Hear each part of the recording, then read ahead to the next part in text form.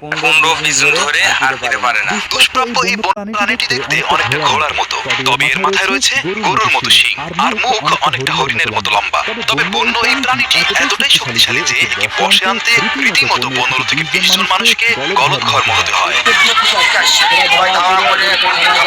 বিরল প্রজাতির এই নীলগাইটি ধরা পড়েছে চাঁপাইনবাবগঞ্জের শিবগঞ্জের সীমান্তবর্তী এলাকার গ্রামবাসীর কাছে।